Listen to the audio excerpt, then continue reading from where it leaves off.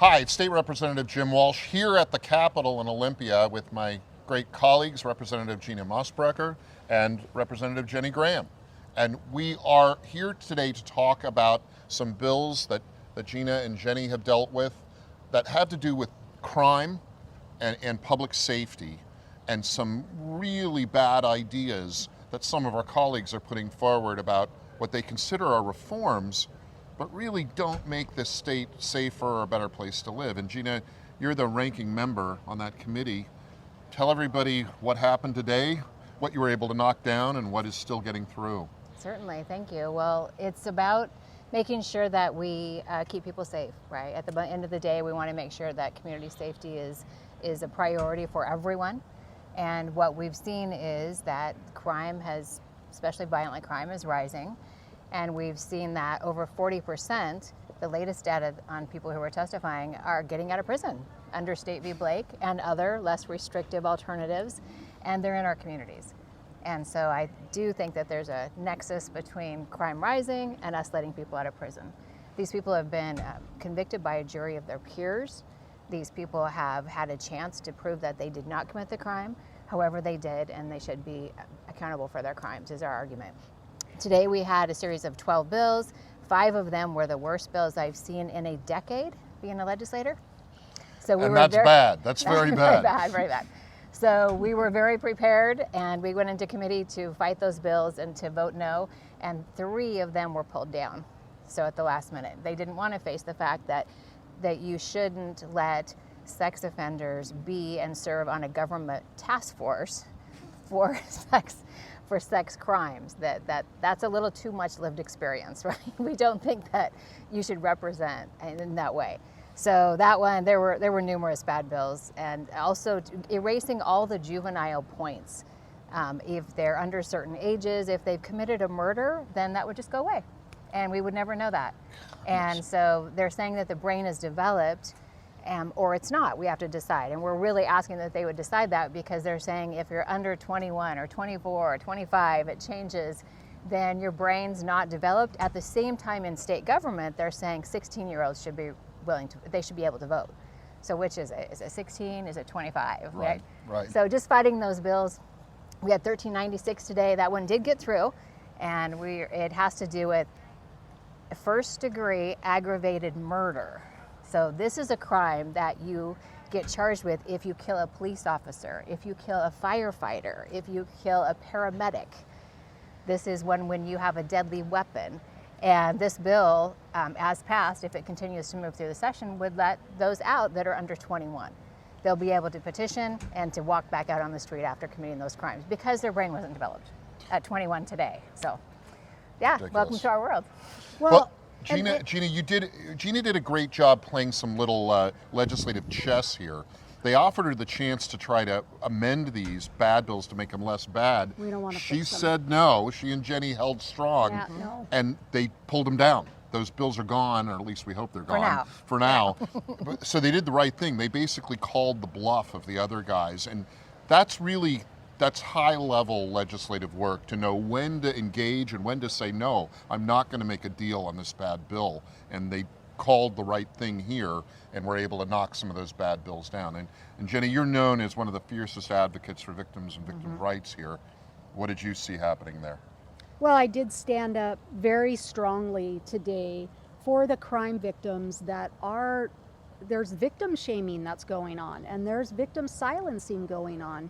If you don't automatically jump on board with forgiving a murderer, a rapist, armed robbery, just horrific crimes, and if you're not in the camp of step into their shoes because they had something bad happen in their life, haven't we all?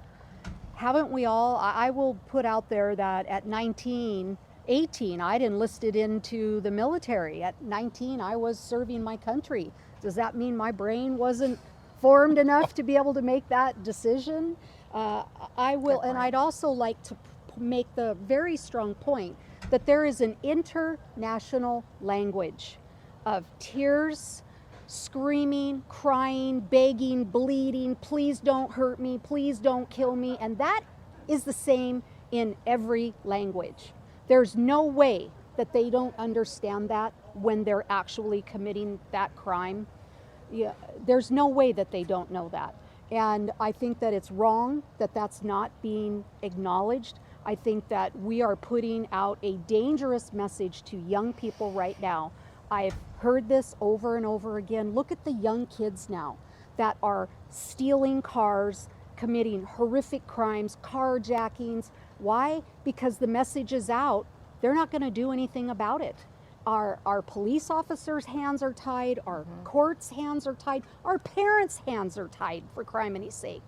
This is ridiculous. There's a reason why we have skyrocketing murder, skyrocketing violent crime, and it's these the criminal-friendly bills that are coming out of the people's house that are not putting our safe and clean neighborhoods first.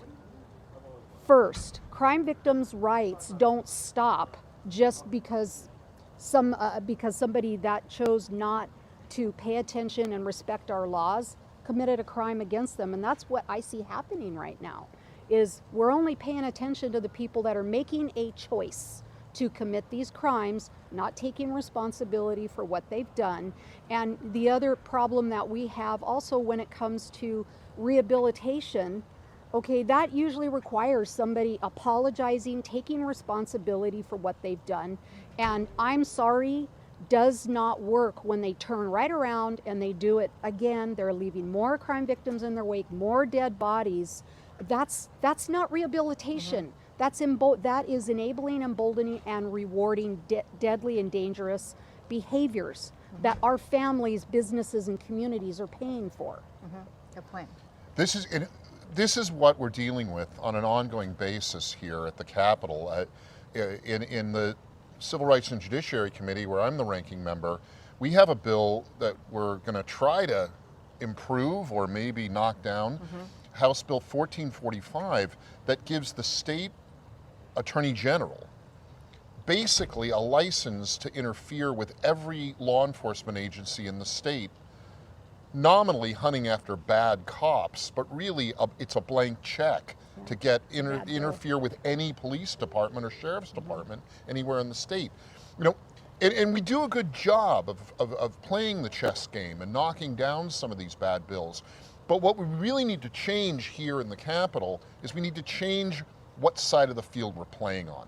We need to get to the place where we're not happy we knock down bad bills, but where we're actually passing bills that help make neighborhoods safer, help punish criminals more effectively and rehabilitate them more effectively than the bills we have now.